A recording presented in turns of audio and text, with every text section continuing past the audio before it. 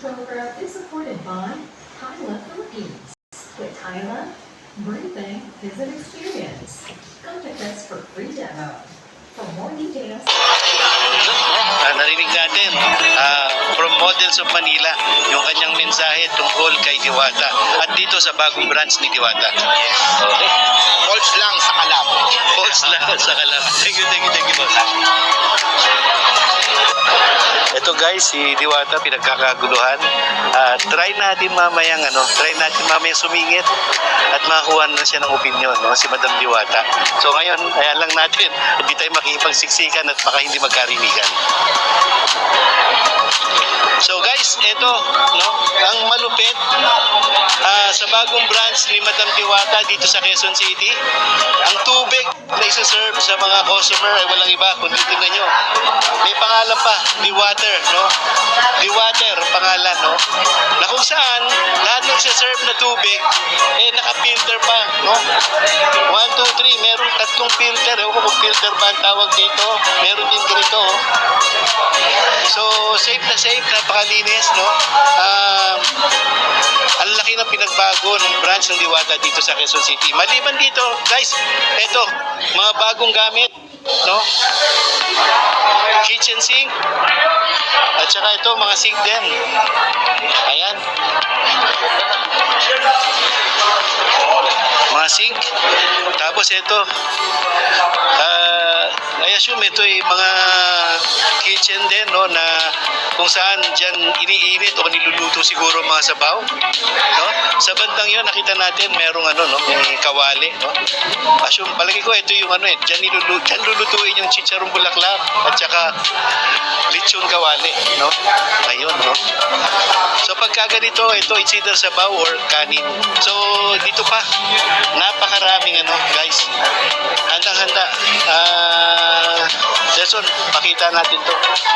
Nakita nyo, ang daming stainless equipment, no? Ang daming butas. Normally, ito para dun sa malalaking kawali ba ang tawag doon, no? It's either kanin or sabaw ang lulutuin dyan.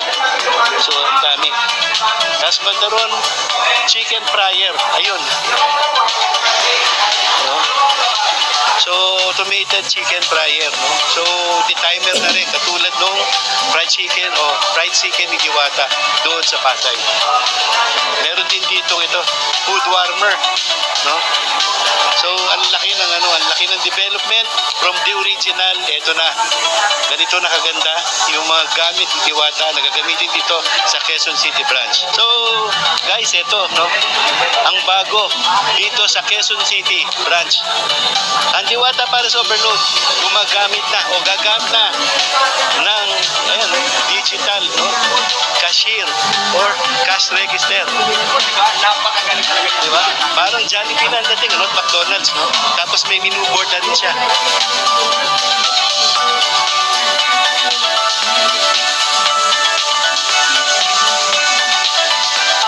So ito na nga pala guys yung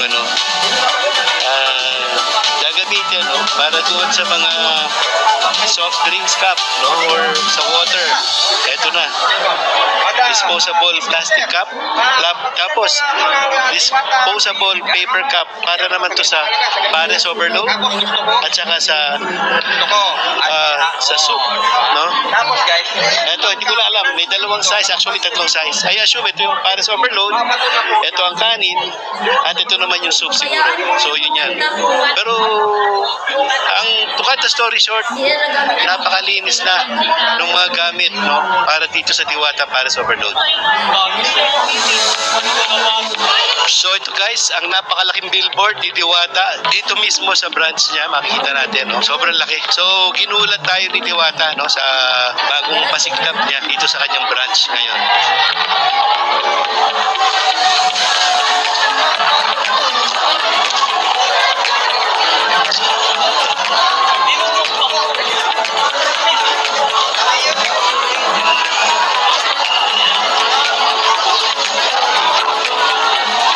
So guys, habang inaantay natin si Diwata, gusto ko lang i-flex, no?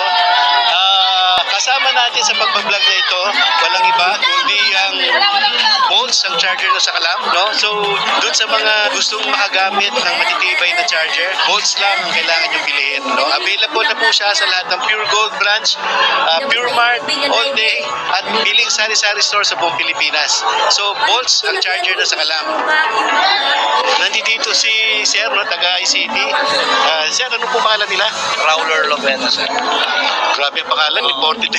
Alam, sir, di ko mabigas. Rowler, sir. Rowler Rowler Lopena. Lopena. Ayun. Sir, matanong ko, sir.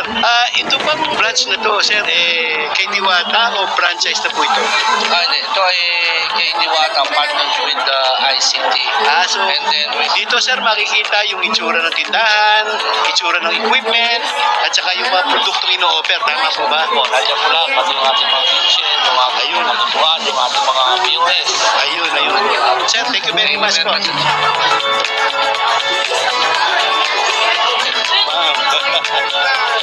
Diwata, pwede pang quick interview? Quick interview. Sige, gano'n na lang. Ayun, swerte natin at napagbigyan tayo ni Madam Diwata. Madam, matanong ko lang, unang-una, ito ay soft opening, tama po ba? Soft opening pa lang ngayon. So ang grand opening po natin ay, June 2, sa next Sunday.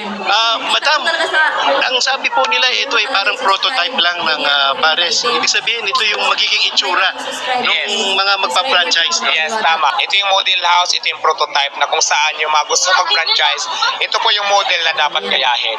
So, pero pwede naman i-favor na maliit lang yung space nyo. Meron man tayong pwede sa maliit lang na space. So, ito kasi diba sobrang laki. So, yun. Madam, matanong ko lang, sino bang inaasahan nating bisita ngayong araw na to?